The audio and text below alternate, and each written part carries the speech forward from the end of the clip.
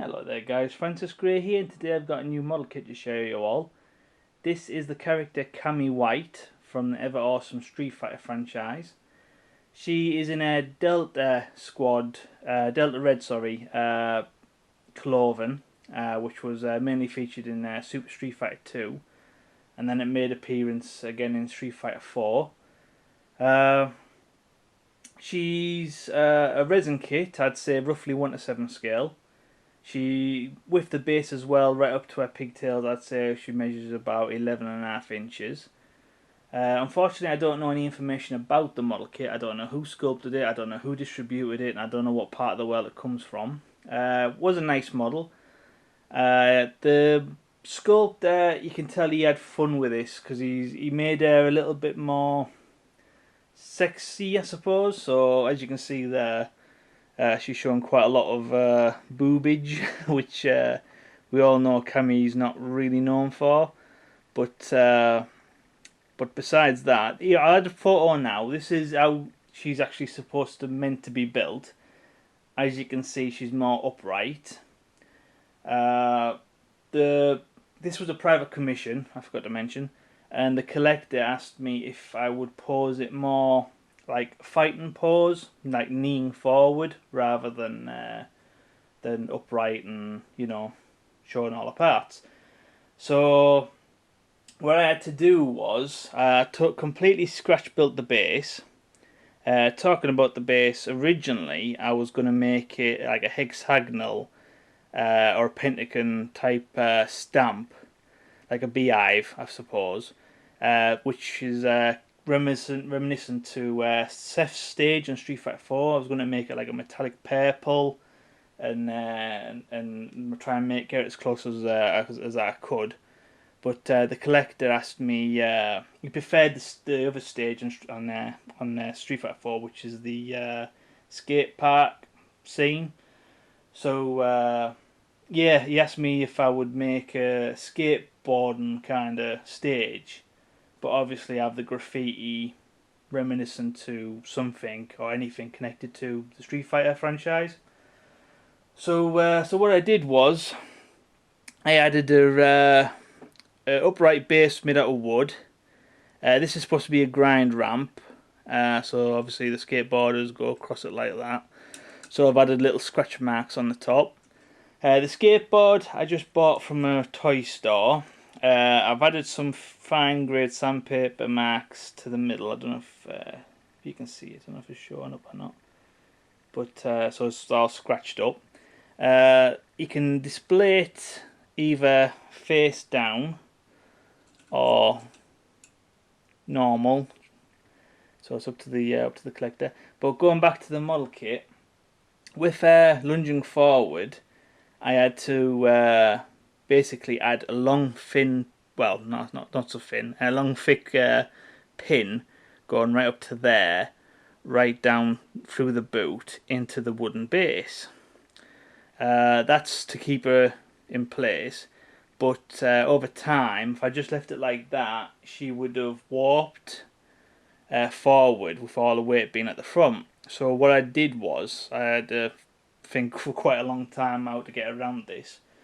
Basically, I got two of these cones, and here's the second cone, and I filled it inside with Abe's epoxy modelling clay, left it to harden, got a small drill bit and drilled all the way through the end, and then I drilled another hole through top of her boot into her leg up here, and then the other side all the way down into the wooden base.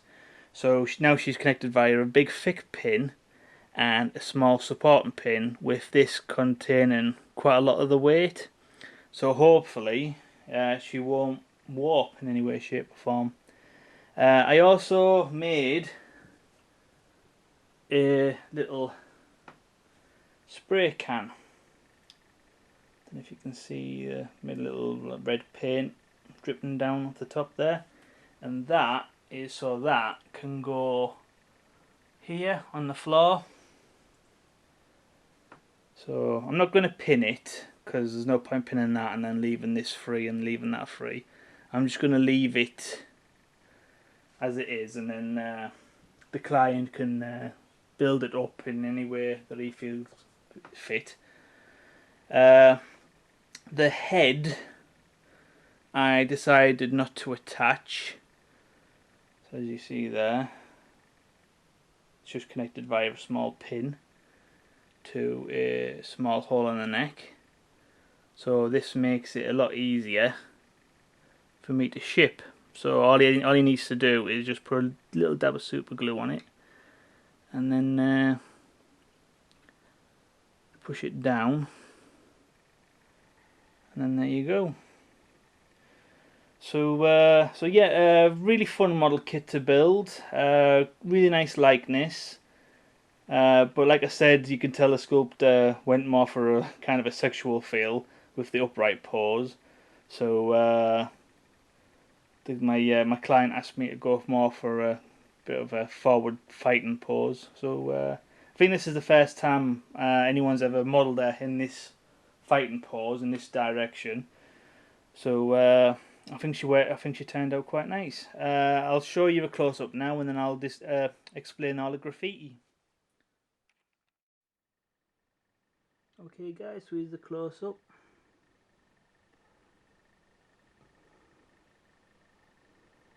There's her trademark scar on the side of her face. I also added little scratch marks, like silver scratch marks, on the metal pads on her gauntlet type parts there, which I thought was quite nice. Really gets across that she's been battling with someone. Same with the other side.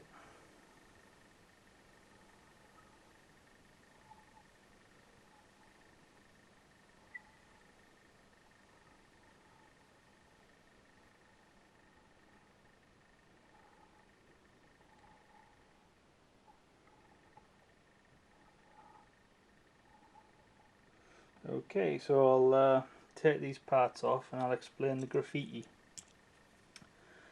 Okay, so on this little ledge here, we got down, down, forward, forward, higher punch equals Hadouken, which is obviously Ryu and Ken. We've got Killer B, which was Cammy's code name when she was brainwashed by Bison. Just a little love art is just like, love the character. Then we've got a little blind there. That was just a make of, just a sticker from that came with that. I thought that I filled that out quite nice. There's a little Oxo game where someone got bored and did Oxo there. Little smiley face. Blanca and then Beast written underneath it. Then we've got Shadowloo. I know it's not identical to the logo, but I thought this would be like an artist's reimagining of that. So like the graffitied it on the floor, like a different design. Sega, because Street Fighter 2 came to Sega. Big purple dragon with poison was here. Winky little face, because we all know what poison gets up to. The pink dragon, I don't know, I just thought it went well with next to the poison. It just kind of stands out and just looks like really like nice graffiti style. This little thing here, it's the same shape as the Japanese symbol on Akuma's back, but I made it a little bit more roundish, made it look like a little man kind of little shape, so a little bit of fun with that. Pac-Man. I know Pac-Man hasn't got anything really to do with Street Fighter or Capcom, because it was made by Namco, I believe. But I just thought it was a fun little thing to add. Then we have just a love heart with a knife going through it. Doesn't really mean anything. Same with that.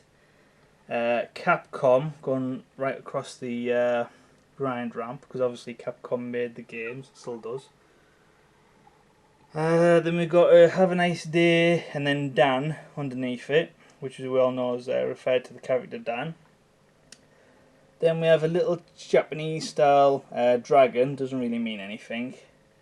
And then we have Delta Red, which is the code name for this costume. Then we've got Yoga for Dalsim, and then we've got a big tiger, and Tiger right next to it, which is known for Sagat, spamming the hell out of his power, as we all know he likes to do. SNES, Super Nintendo Entertainment System, because came out on that, was famous Sega. 32-bit, which was obviously Street Fighter 2. Game Over, self-explanatory. Then we've got a dragon, doesn't really mean anything. Ken, obviously the character Ken. And this doesn't really mean anything, but I drew a little kind of, supposed to be a little man splattered onto the grind ramp. So just a nice little fun little thing. I know it's got, some of these things haven't got anything to do with Street Fighter, but let's face it, if people are going to graffiti, they wouldn't just graffiti everything Street Fighter. There'd be the odd little random little extra thing in there. So yeah, so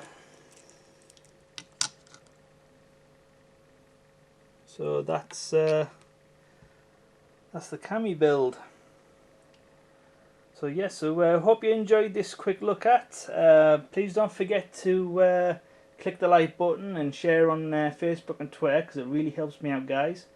Don't forget to subscribe for future builds, and don't forget to follow on all the other social media, or Facebook, Twitter, Instagram, DeviantArt, all that.